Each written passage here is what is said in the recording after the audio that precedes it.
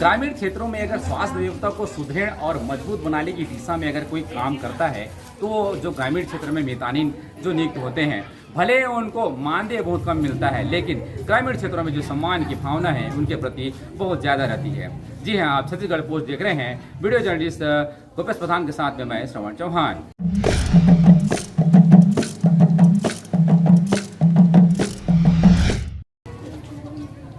ग्रामीण इलाकों में अगर स्वास्थ्य सुविधा की अगर बुनियादी स्वास्थ्य सुविधा को लेकर के हम किसी की बात करते हैं तो वो जो बुनियादी सुविधा को लेकर के ग्रामीण क्षेत्र में सबसे पहले प्रथम कड़ी में और प्रथम पंक्ति में अगर कोई खड़ा है तो वो है मितानिन। अगर आपको किसी भी प्रकार का बुखार है, चाहे डिलीवरी कराना हो या स्वास्थ्य संबंधी किसी भी प्रकार की समस्या हो, तो जो मोहल्ले वाइज किसी के पास में अगर सबसे पहली सूचना जाती है तो वो होता है मितानिन।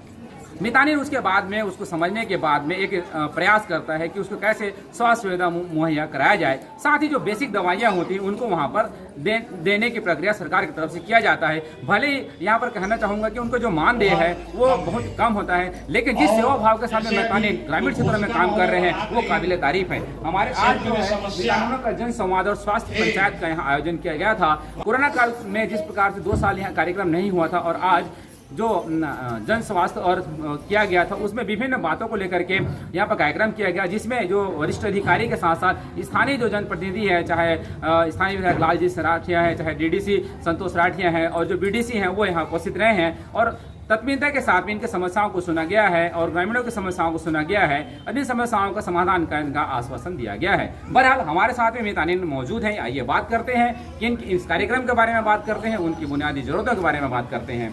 बताएंगे आज का जो कार्यक्रम था उसका मुख्य उद्देश्य क्या था और क्या क्या कार्यक्रम हुआ?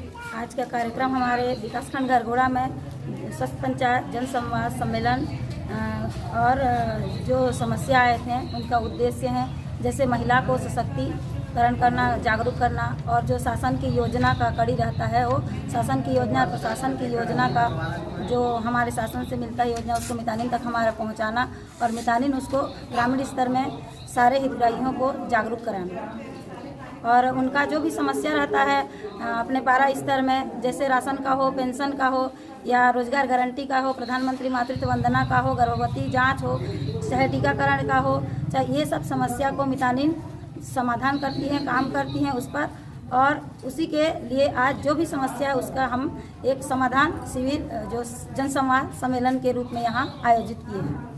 जो डिलीवरी को लेकर के हो या पोषण को लेकर के हो या और अन्य जो बेसिक बीमारियां हैं उनको लेकर के ग्रामीण क्षेत्रों में सबसे पहले जो मितानिन ही आते हैं। ये बात करते हैं, हमारे साथ में कुछ मितानिन हैं। किन किन बातों को लेकर बात क्या अपना बात रखती हैं, क्या सरकार से मांग रखते हैं, क्या खुश हैं वो अपने कार्यों से, इन सब बातों को लेकर के हम बात करेंगे। क्या नाम है आपका? श्रीमती राम। बताएंगे, आप काम करती हैं, समझते हैं कि एक सेवा भाव है ये, लेकिन कहीं ना कहीं एक आर्थिक रूप से आप लोग मजबूत होना चाहेंगे, तो सरकार से क्या मांग रखते हैं आप? जैसे मितानिन कार्य है जो 2002 से शुरू हुआ है, आज कम से कम 20 साल हो गए हैं और मतलब कि जो स्वयं सेवी कार्यकर्ता के रूप में हम लोग कार्य कर रहे हैं, तो उतना साल हो गया है कार्य कर रहे हैं, तो कम से कम उसका नियमितीकरण किया जाए, हम लोग का जो मानदेय है उसको फिक्स किया जाए। कहते हैं कि आप लोग का एनएम बनने के लिए ट्रेनिंग के लिए बात होती है, तो आप लोग की जानकारी में कुछ कितने एनएम बने हैं आपके मितानिन लोग, कुछ जानकारी है क्या आपको? हमारे विकास खंड में तो अभी एक ही बनी है। अच्छा, तो आप लोग को खाली उसी में ही दिया जाता है। और आप सरकार से क्या मांग रखती हैं जिससे कि आप लोग को आर्थिक रूप से सुदृढ़ हो और बेहतर तरीके से काम कर सकें?